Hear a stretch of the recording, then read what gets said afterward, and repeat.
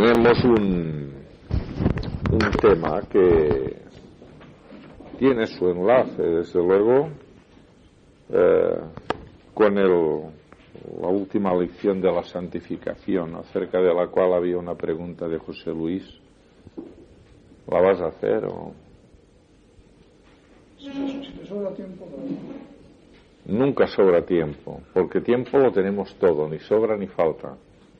O sea que hablaste de unos poetas en los cuales discernían una serie de cosas. No, sino que en su poesía ellos han advertido que el hombre recibe mensajes de lo trascendente, de la eternidad, de la muerte, esto es lo que yo dije. Yo quería preguntarte la conjunción del Espíritu de Dios con el Espíritu del hombre.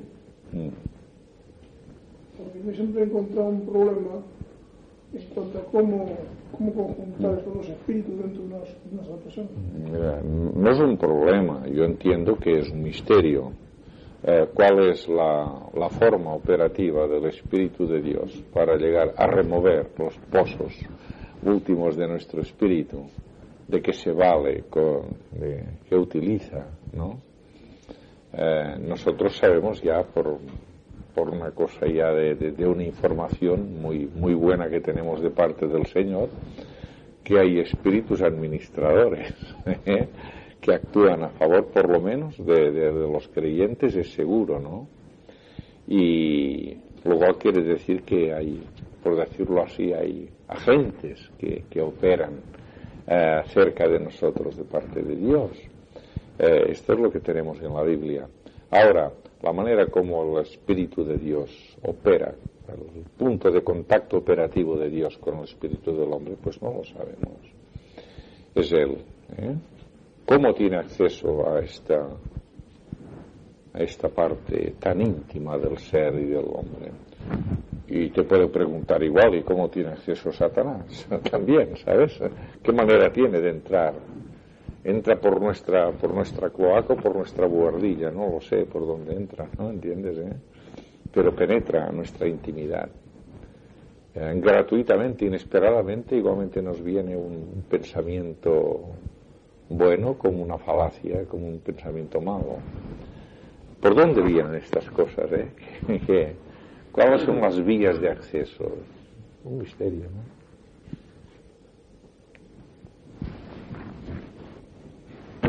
Queda sin contestar esto. Bueno, la santificación, aunque la pasamos deprisa,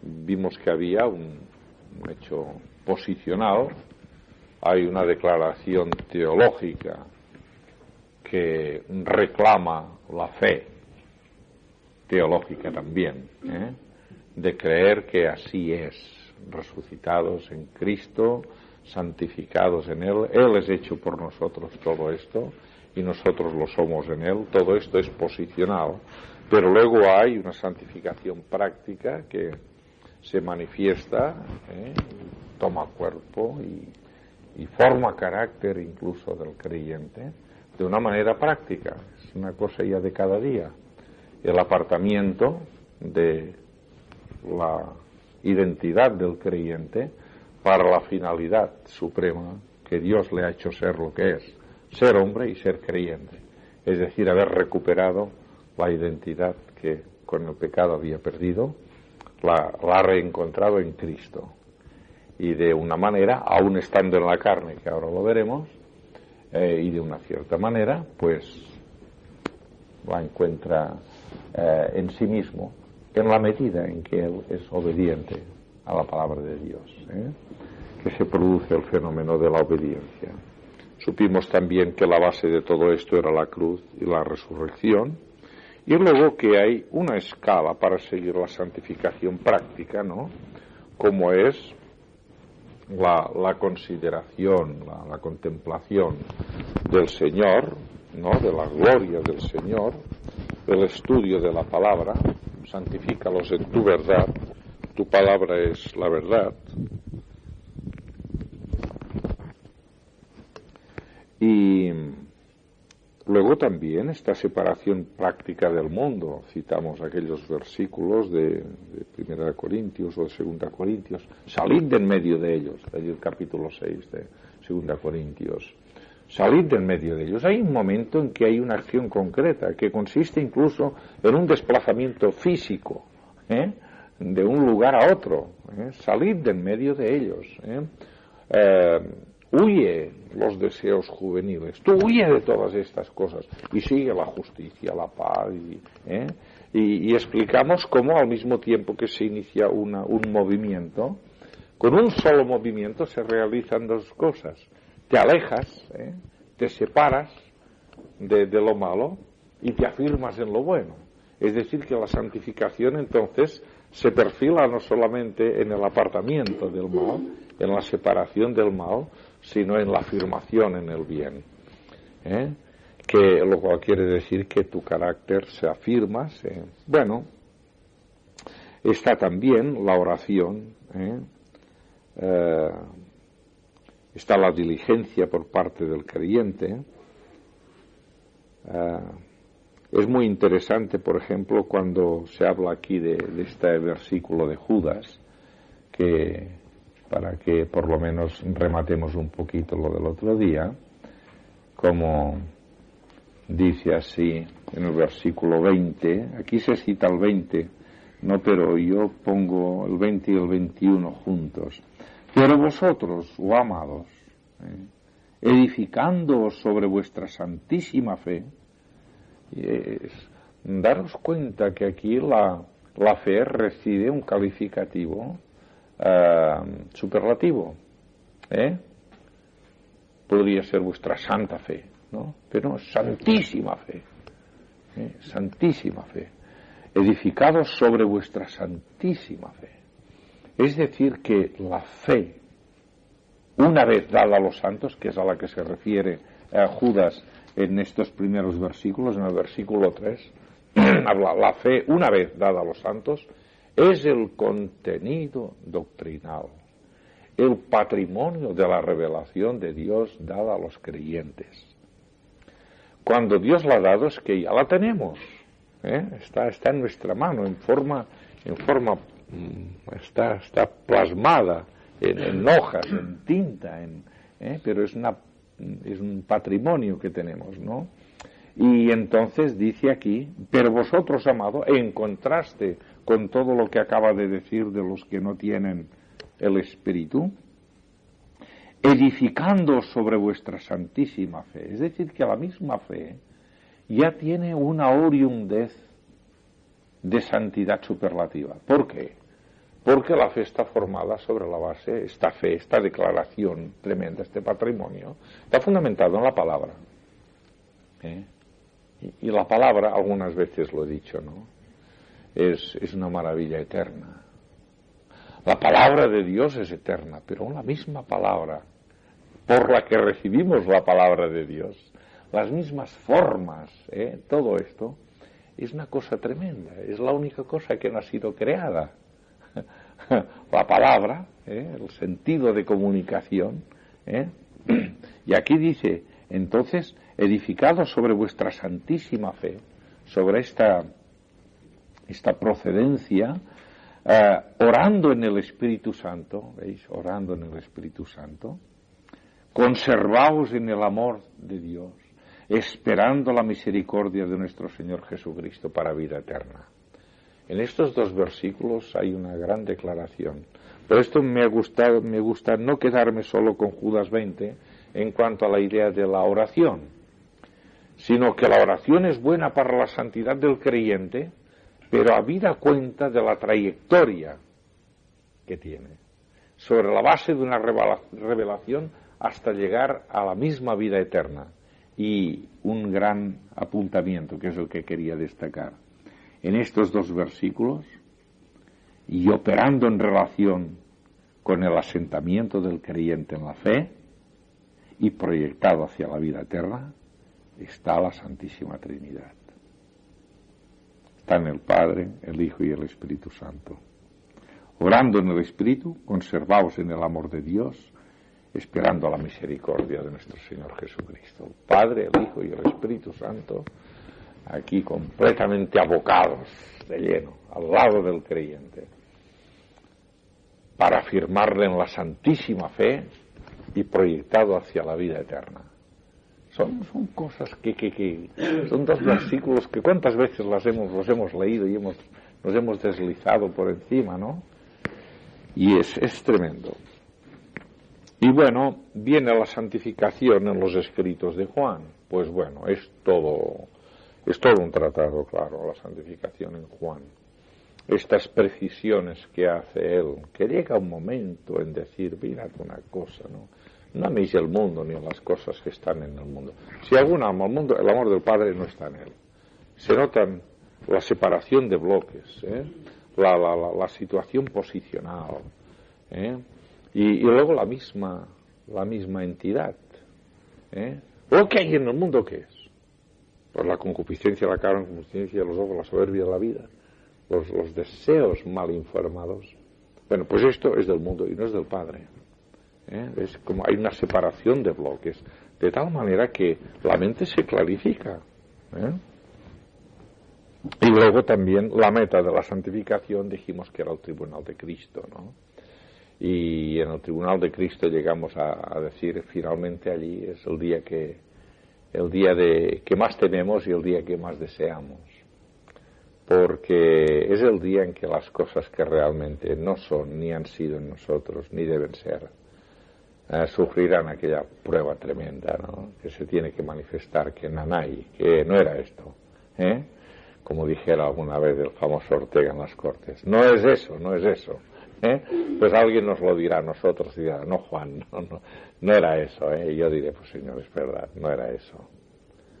Pero entonces ya pasaré a ser, después de pasar esta tremenda realidad de humillación y de reconocimiento, tendré la gloria de encontrarme finalmente a mí mismo y ser el que tenía que ser de una vez para siempre ya, conocer ya verdaderamente a Juan Solé, como dije el otro día, conocerle de verdad.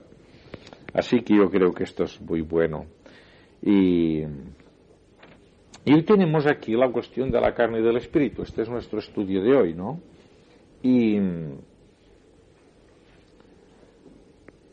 Y esto forma parte de todo este grupo de contrastes que encontramos en el Nuevo Testamento, cuando se habla de la ley y de la gracia, cuando se habla de las obras y la fe, la carne y el espíritu, y la luz y las tinieblas, y todos estos contrastes que no son directos.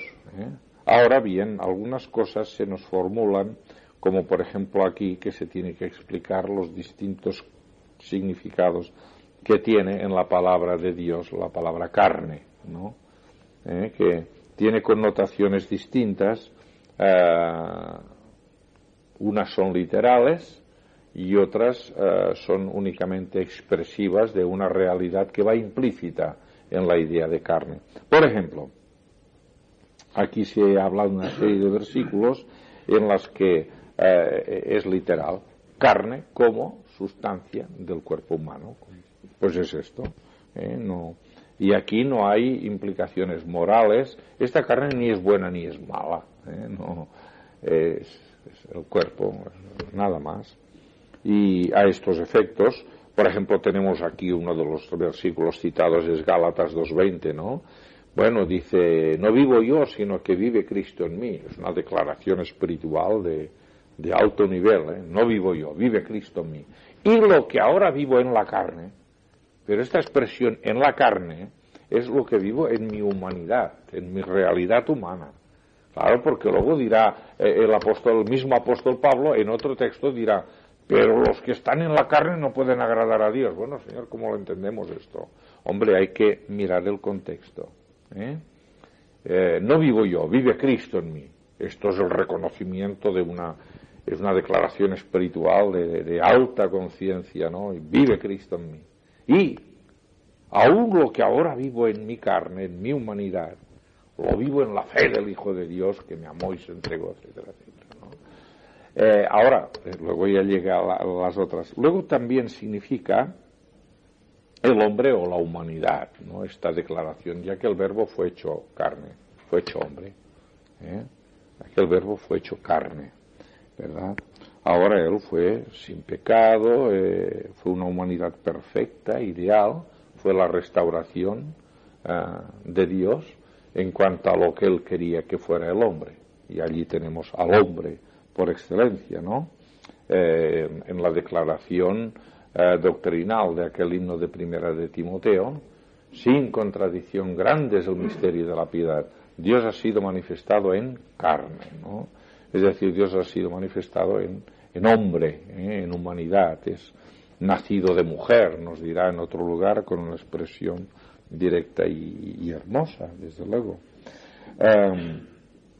Ahora, yo creo que el punto que tiene que ver con nuestro título de la carne y el espíritu es aquí cuando representa a la humanidad y todo lo que de la humanidad se contrasta con Dios. Se contrasta con Dios y hasta después ya se amplía hacia lo que se opone a Dios, ¿no? Así, por ejemplo, la declaración de Isaías que nos ponen aquí: toda carne es hierba, y toda la gloria del hombre es como la flor de la hierba que sopla el sol, el viento y el sol, y se cae la hierba y se seca la flor, etcétera, ¿no? Es una expresión metafórica, pero la carne, todo lo humano, es hierba, ¿no? En contradicción con el espíritu, ¿no? Luego también, cuando esta expresión del Señor a Pedro: no te lo reveló esto carne ni sangre, sino mi Padre que está en los cielos, ¿verdad? O sea que aquí carne y sangre no es que tengan una connotación mala, sino que sencillamente está contrastado con Dios. La revelación de Dios no tiene ninguna posibilidad de desmerecerse. Ha dicho que Jesús es el Cristo y esto te lo ha revelado mi Padre que está en los cielos. ¿Por qué? Porque hay un conocimiento de Cristo que a veces que se puede producir según la carne. No según la carne en el sentido peyorativo de la palabra, en el sentido de oposición a Dios. Y pensad que es mucha la gente que tiene un concepto de Cristo solo según la carne. Y claro, el concepto en sí no es malo, pero las consecuencias sí que son malas. Porque si se llegan a conformar con este concepto que tienen de Cristo, nunca verán al Cristo Salvador y al Cristo Redentor y al Cordero que expía, que es ofrecido en sustitución. No verán nunca nada de esto. Le ven muy bueno, le ven ejemplar, vale la pena morir para hacer todas las cosas que él dijo en cuanto a perdonarse, y se sacan una cantidad de consecuencias morales que no son malas, pero se sigue teniendo. Y por eso llega un momento Pablo, cuando en una de las ocasiones que va a hacer unas de estas declaraciones de alta solemnidad, que dice, bueno, de manera que vamos a ver si nos entendemos, dice Pablo, de aquí en adelante, dice, nada conocemos ya según la carne. Según este principio, hombre, si tenemos una revelación superior, ¿por qué nos hemos de limitar a las estrecheces de un concepto carnal de la vida que siempre tiene la limitación del tiempo y la insuficiencia de los medios? Y empero, más, dice Pablo, y si a Cristo hemos conocido según la carne, empero ahora no nos interesa ya tampoco. Pero ahora no le conocemos. Según esta apreciación de la carne, es decir, de lo meramente humano, sin que necesariamente sea opuesto a Dios. Porque luego ya viene la otra parte en el que sí, ¿no? Luego ya viene, es derivación natural de este último párrafo, donde se ve que la carne es todo cuando proviene de la naturaleza caída del hombre. Ya no es la carne así en su insuficiencia, en su limitación. Ya es la carne que actúa como un principio activo a su favor, el yo, que actúa desde la posición carnal y está oponiéndose a Dios. Y dice, bueno, tú quieres esto, pero es que yo también tengo mi corazoncito, y pienso como quiero y hago lo que me da la gana y tiro adelante. Bueno, claro, esta carne ya es la contraposición de andar en el espíritu. También lo es la otra, también lo es la otra. Por esto Pablo, antes de llegar a aquel momento cuando dice, bueno, y todo esto proviene de Dios, y Dios estaba en Cristo reconciliando al hombre consigo, y al que no conoció pecado, Dios lo hizo pecado por nosotros, para que nosotros, cuando él está haciendo, antes de entrar en esta declaración, dice, bueno, de manera que, si alguno está en Cristo, es nueva criatura. De ahora en adelante, según la carne, no queremos conocer nada. Aún, si al mismo Cristo conocimos según la carne, pero ahora no le conocemos, no nos interesa. No es por ahí por donde van las cosas. Yo creo que esto puede aclararnos muy bien que las cosas, como dijimos el primer día que tuvimos la primera lección ya, que las cosas espirituales y las cosas del espíritu se han de examinar espiritualmente. Incluso la misma carne se tiene que examinar espiritualmente, la misma consideración del cuerpo de la persona, tanto en el sentido positivo y bueno, como en el sentido examinativo de lo malo y de las tendencias de la carne en sus deseos pecaminosos, tienen que ser examinadas desde la plataforma clara del Espíritu, iluminado por la revelación de Dios. O sea que el Espíritu es el que todo lo escudriña, todo. El Espíritu todo lo puede penetrar.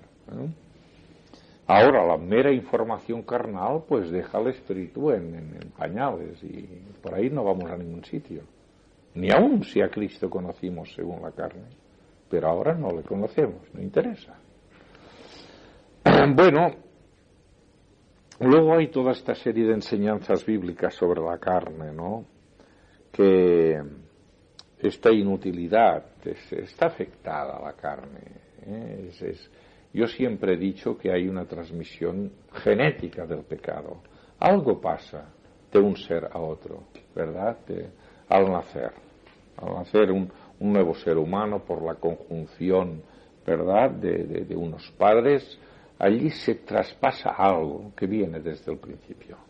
He aquí que yo en maldad he sido formado y en pecado me concibió mi madre.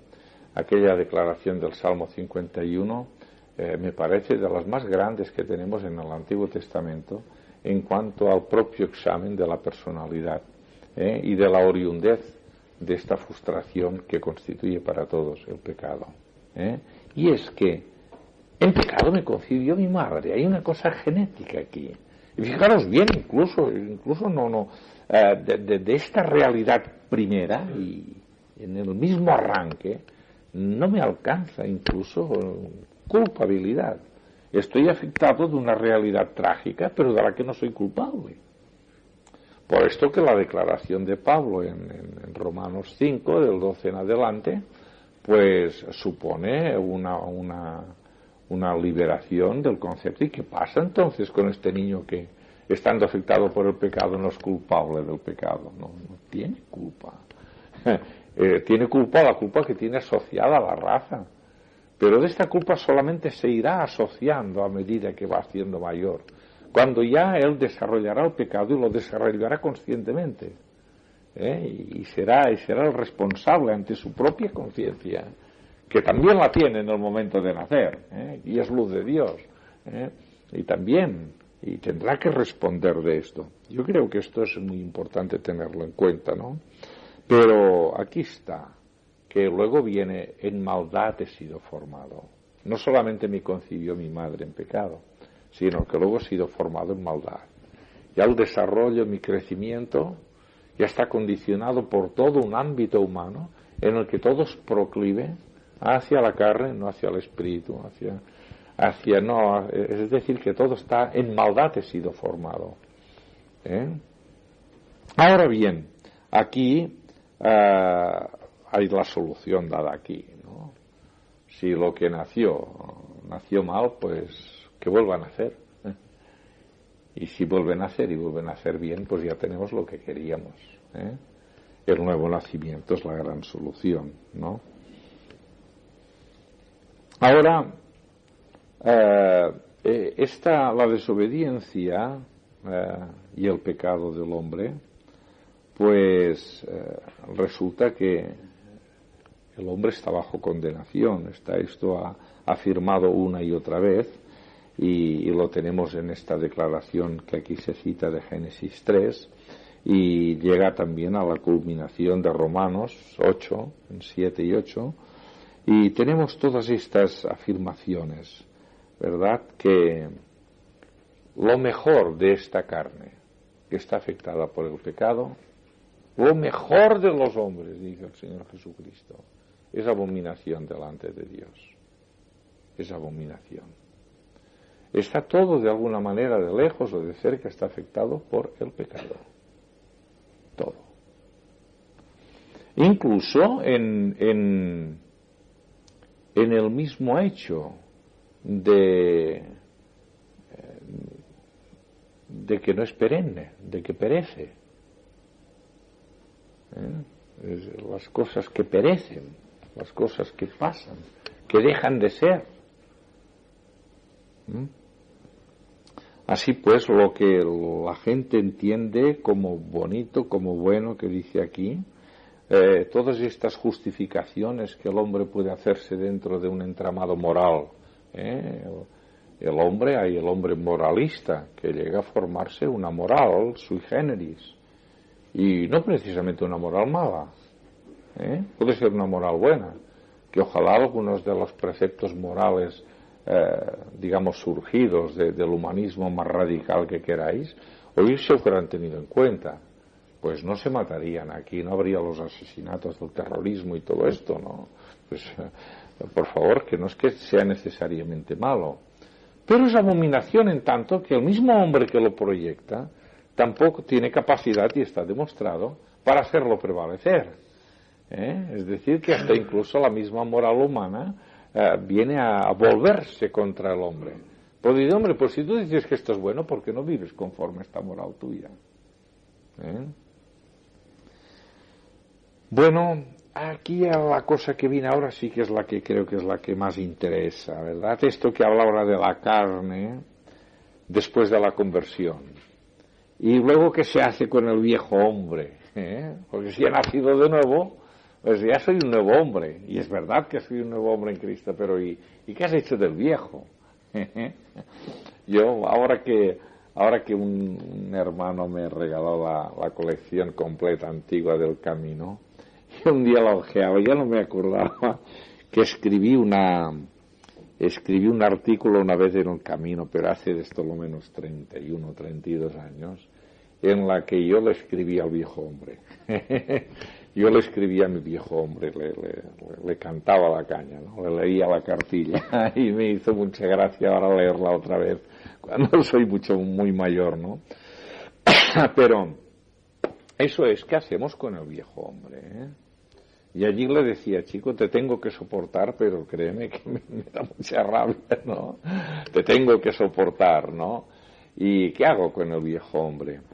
Pues la carne no se mejora después de la condición, de la conversión. Sigue siendo, como dice don Ernesto, sigue siendo tan fea y tan intratable como después de 50 años de vida cristiana, como lo era al principio. La carne es carne.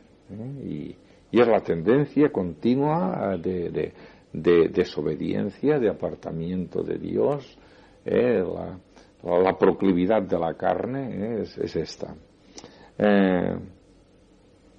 Ahora, lo que dice aquí muy bien, y nos vamos al gran tema de Romanos 8:3, ¿qué pudo hacer Dios con la carne? Pues lo que hizo en Cristo, ¿no? Lo que era imposible a la ley. Y hasta podríamos añadir, para dar un poquito de opción al humanismo, ¿no? Y a la moral humana. Lo que era imposible a la ley y a la moral humana, si queréis, por cuanto era débil por la carne. Porque la condición de la carne es esa. Dios, enviando a su Hijo, en semejanza de carne, pero no de carne de pecado. Es decir, en semejanza de carne de pecado. Carne propia, para asimilar también el pecado. Lo envió en esta condición. Dice, condenó al pecado en la carne. ¿Pero en la carne de quién? ¿En la humanidad de quién? No se le puede pedir. Dios condenó el pecado en la carne, pero la carne, la humanidad de su Hijo. ¿Por qué? Porque para nosotros, tanto por la ley como desde el estamento moral, que ya ha analizado en los 3 primeros capítulos también el apóstol Pablo, era imposible, por la debilidad, ¿no? Ahora, el viejo hombre no desaparece en el momento de la conversión, ni en ningún momento de bendición espiritual posterior, ¿verdad? Pero Dios ha provisto los medios para que esté en sujeción y para que el creyente vive y ande no conforme a la carne, sino conforme al Espíritu. A mí me gusta mucho que aquí se nos recuerde lo que constituía un concepto vital muy importante del apóstol Pablo, y es la vida como andadura, la vida como andadura. O sea que no, antes que Antonio Machado que se hace camino al andar, ya había hablado Pablo de esto, ¿no? La vida como andadura. Él tenía no solamente aquí en Romanos, que no andéis conforme a la carne, sino andad conforme al Espíritu, y no satisfagáis a la carne en sus insistentes deseos, sino que allí, por ejemplo, en la epístola a los Efesios, cuando les dice, yo pues os ruego que andéis como es digno de la vocación con que fuisteis llamados. Y luego mando y requiero de cada uno de vosotros que no andéis como los demás gentiles, que andan en la vaciedad de sus sentidos, es decir, en la vaciedad de sus conceptos carnales. Andad en el Espíritu, y insiste una y otra vez en la vida como andadura. La vida como un desplazamiento en el que un paso sigue al otro y antecede al que viene, que hay una sucesión de pasos y que hay que marcar el paso de la santidad, que es el paso de la preservación, el paso que hasta incluso huye de todas estas cosas, como antes hemos dicho, y sigue la justicia, ¿veis? Es un desplazamiento continuo, es un tránsito, es un itinerario, desde aquí hasta allí. Como meta, tenéis como fruto, como fruto la santificación, y como fin la vida eterna. ¿Os dais cuenta que hay un fruto de esta situación y el fin proyectado, vida eterna, santificación y vida eterna? No se disasocian, pero el concepto de vida como andadura, así yo creo que esto es también muy interesante. Ahora, estas obras de la carne, que ya estáis llegando, ¿no? También en Gálatas, ya las habéis estudiado hoy, pues ya veis, aquí dice la terrible lista de Gálatas 5, la terrible lista. Y desde luego que es así de terrible. Y fijaros bien, es terrible porque por un lado hay todo lo malo, lo más violento, lo más cruel, pero también hay estos elementos. Que claro, en nuestras asambleas no hay terrorismo, aún no ha venido aquí ningún pentecostal con una metralleta a matarnos a nosotros, ¿no? Y no ponemos un paquete de goma 2 en ninguna iglesia carismática o cosas así, no pasa nada de las iglesias de esto, ¿verdad? Pero, ojo, sí, bueno, nos reímos porque no andamos con metralletas y con goma 2, pero hay celos. Y hay iras, y hay contiendas, y hay una manera de despreciar. Bueno, yo creo que son carismáticos. Hay una manera de que esto, cuidado, que esto no hace tanto ruido como la goma 2, pero hace tanto daño. También destruye, también disuelve. No será tan fulminante como la ráfaga de la metralleta, pero también mata vocaciones, mata testimonios, mata muchas cosas. O sea que es trágico porque nos alcanza a nosotros no la totalidad de las obras de la carne, pero basta que nos alcance una para que sintamos los tremendos efectos que tiene en cada uno de nosotros personalmente y colectivamente en la comunidad cristiana.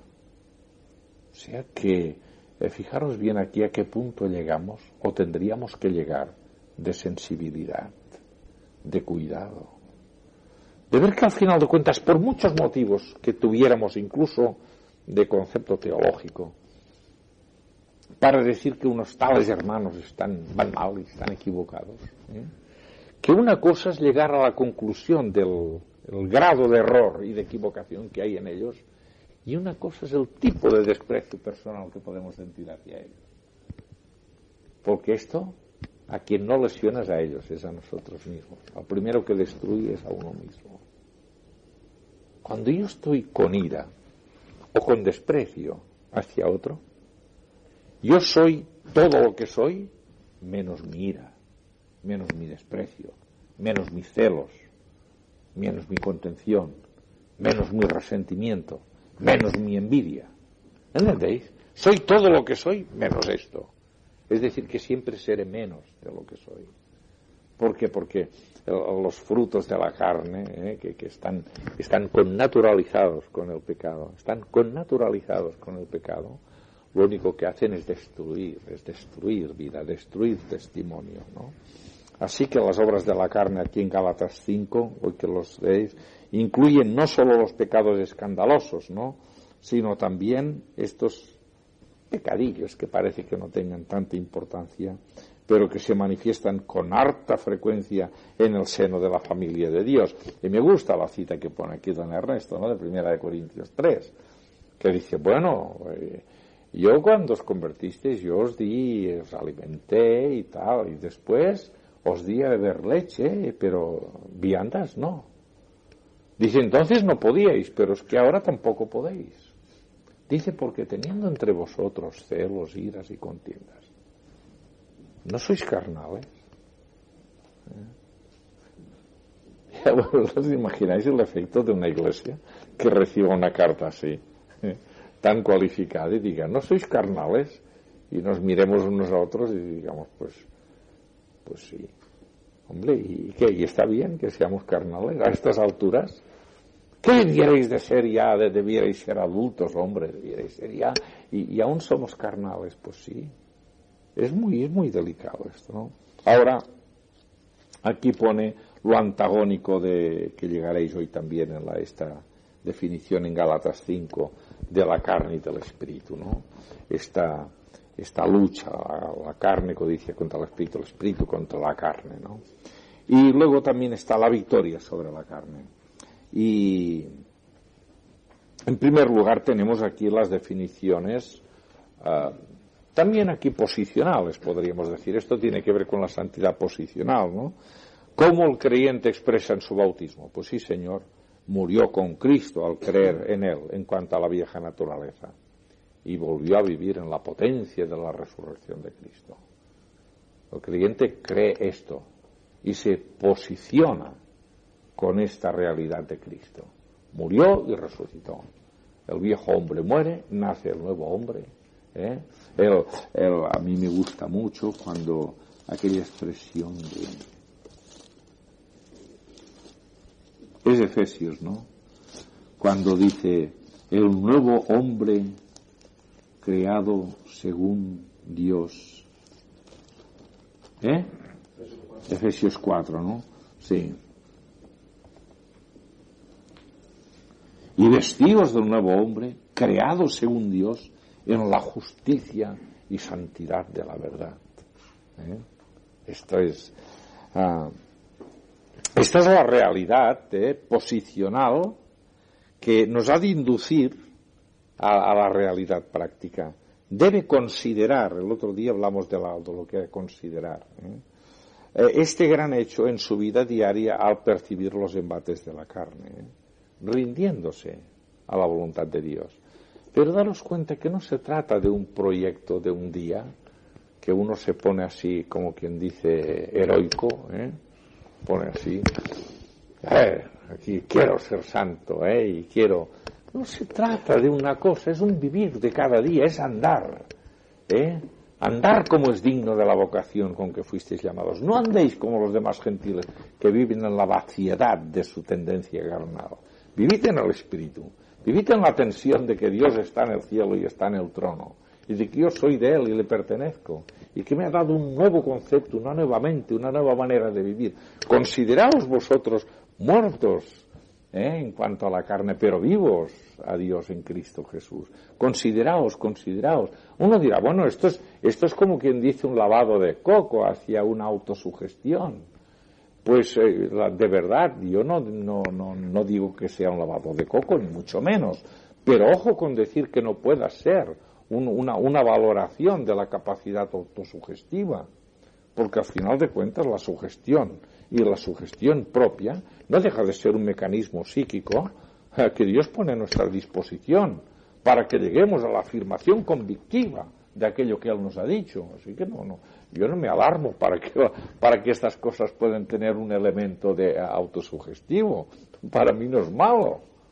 Es una facultad más que podemos utilizar para esto. Por eso dice, consideraos vosotros mismos. Mira, fíjate qué cosa te voy a decir, dice Pablo. Considérate como vivo de entre los muertos. Toma. Y es autosugestión, ¿no? Considerarse como vivo de entre los muertos, cuando en realidad lo que pasa que de entre estos muertos resulta que están vivos. Bueno, no es que se trata de estar vivo para Dios, vivo para Dios, no para la carne, no para. Así que el hecho de la consideración es ya pasar lo posicional a la beligerancia práctica, a la lucha de cada día. Es cada día que hay que bajar y hay que bregar a la arena, incluso desde el punto de vista del esfuerzo humano natural, es cada día que hay que ir a trabajar y cada día que hay que hacer frente a las realidades que tienes delante. Yo son muchos los días que el general repertorio de cosas y de compromisos que tengo que cumplir dentro del ámbito de la obra me gustan ni me satisfacen. Casi diría la mayor parte de días esquivaría las cosas que tengo por delante que hacer, ¿no? Pero es que hay que salir a la arena y hay que hacerlas las cosas y hay que. Es en este sentido que la posición de todo lo que soy en Cristo luego forma parte de la beligerancia diaria que tengo, ¿no? Claro, ¿esto qué supone entonces? Esto supone que la voluntad del creyente está sintiendo el gozo y la alegría de someterse a la voluntad de aquel que lo ha creado. Es decir, que va encontrando la idoneidad de su vida y va encontrando gusto en esto. Y en este gusto el Espíritu puede trabajar en nosotros con amplitud, sin contristarse, sin apagarse. Puede desplegar toda su magnífica actividad cerca de nosotros mismos, reactivando constantemente, ¿verdad? Según la señal aquella del aceite, en el famoso libro del peregrino, ¿no? Echando continuamente aceite para que no disminuya el fuego hermoso, ¿no? Ahora bien,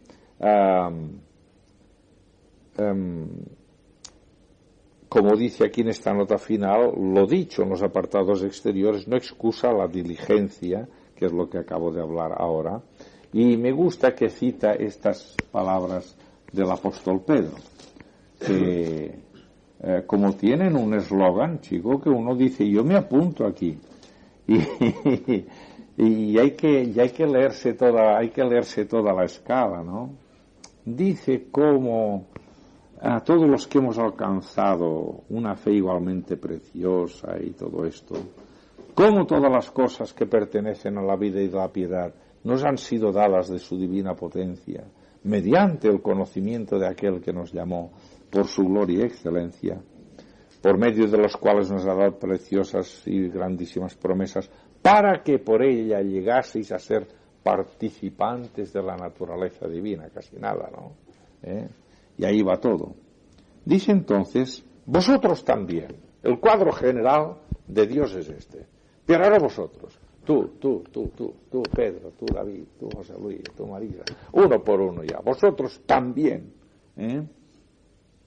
poniendo toda diligencia en esto mismo, toda diligencia, es decir, esto equivale mucho a aquella solicitud de que nos habla también, por ejemplo, en Efesios, ¿no? Solícitos en guardar la unidad del Espíritu no vinculada al Padre. Esta solicitud equivale a decir puestos por entero en movimiento.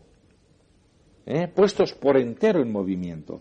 Vosotros también, puestos por entero en movimiento por esto mismo, añadid, dejad la natural continuidad de añadir a vuestra fe virtud, a virtud conocimiento, al conocimiento dominio propio, y así hay una escala. Por favor, una escala que no puede menospreciarse ningún peldaño, no se puede quitar ni un peldaño. Tienen que estar todos en esta escala, no puede haber ningún grado aquí que falte. Está el afecto fraternal y está el amor. Dice, porque si estas cosas están en vosotros y abundan, es decir, abundan, son corrientes para vosotros, no son ocasionales, es lo normal. Yo por esto algunas veces,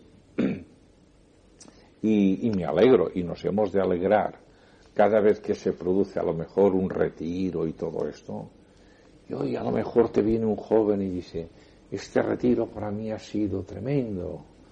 Uy, lo que le ha pasado con este retiro, ¿por qué? Porque, nos hemos de alegrar porque si realmente estaba muy frío y muy apagado y el retiro le ha servido para calentarlo un poco en el espíritu, pues alabado sea Dios, ¿no? Pero fijaros bien que la norma, la cosa no es que una vez un retiro estallemos allí en una, que os diré, una exaltación tremenda no, es que si en vosotros hay estas cosas, las hay habitualmente, y además abundan, no os dejarán estar ociosos en cuanto al conocimiento de nuestro Señor Jesucristo. Ahora bien, el que no tiene estas cosas es como si fuera miope, aquí dice que es ciego, pero la palabra de Dios dice, es miope, dice el original, habiendo olvidado la purificación de sus antiguos pecados.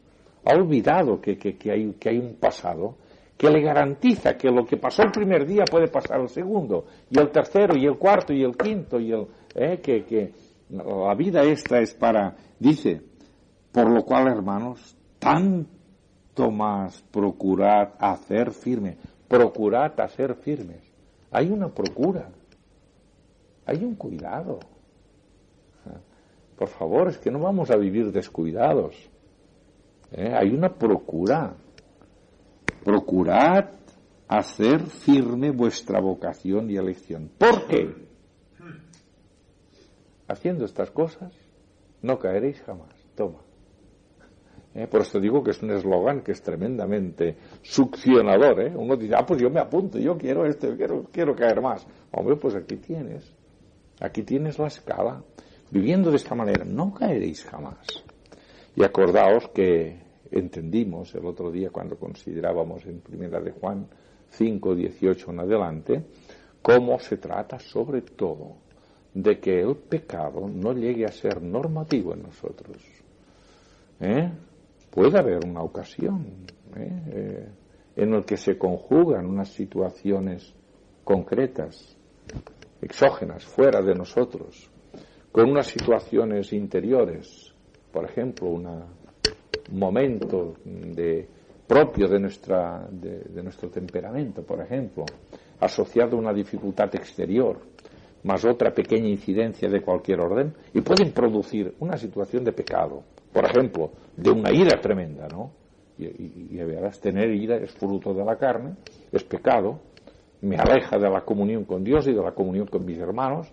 Como he dicho antes, cuando yo me airo, soy yo menos mi ira, ¿no?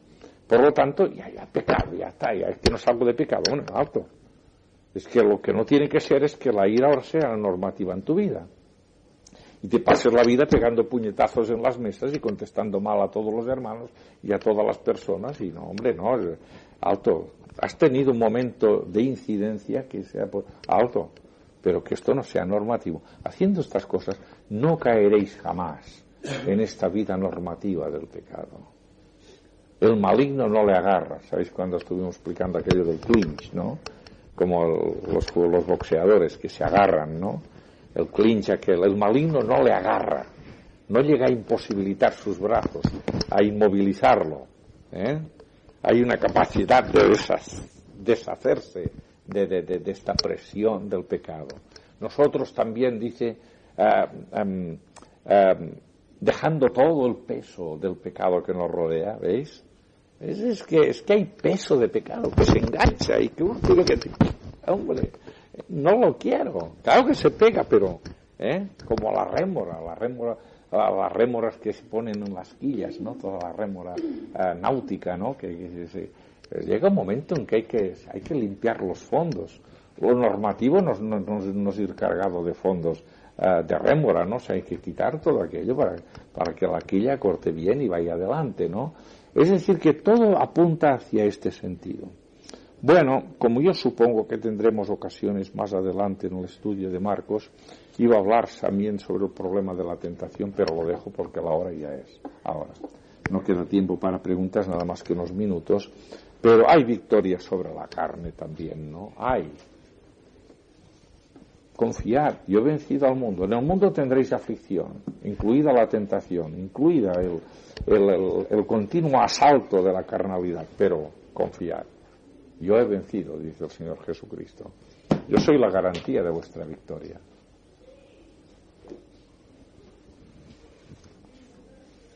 ¿Que os apuntáis a eso de Pedro? De que se apunte y yo hago la lista y adelante.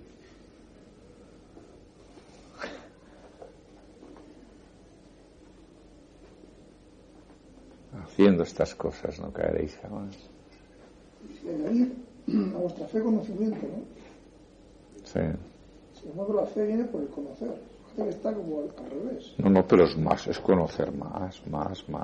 Pablo, fíjate bien, cuando está escribiendo Colosenses, aún dice a fin de conocerla. El conocimiento, la vida del creyente, bueno, no me engancho ahora con esto porque me enrollaría, pero fíjate bien, nosotros todos, mirando, dice 2 de Corintios 4, ¿no? Nosotros todos mirando a cara descubierta, como en un espejo la gloria del Señor, somos transformados de gloria en gloria, como por el mismo Espíritu del Señor. Como por el mismo Espíritu del Señor. Es una transformación que va de gloria en gloria. La progresión de la vida cristiana, esta andadura de la que antes hemos dicho, irán de poder en poder, de fe en fe, de gloria en gloria. Son expresiones clarísimas que demuestran que hay una progresión. Se añade más a lo mucho. Se empieza añadiendo un poco a lo poco, cuando lo poco se respeta y se vive. Pero después se añade más a lo mucho, de gloria en gloria, como por el mismo Espíritu del Señor, ¿no? Pero hay el conocimiento germinal que permite la afirmación de la fe. Y luego hay añadir a este principio de nuestra fe germinal el conocimiento renovado siempre. Renovado, esta renovación por la palabra, por el Espíritu, esta renovación constante.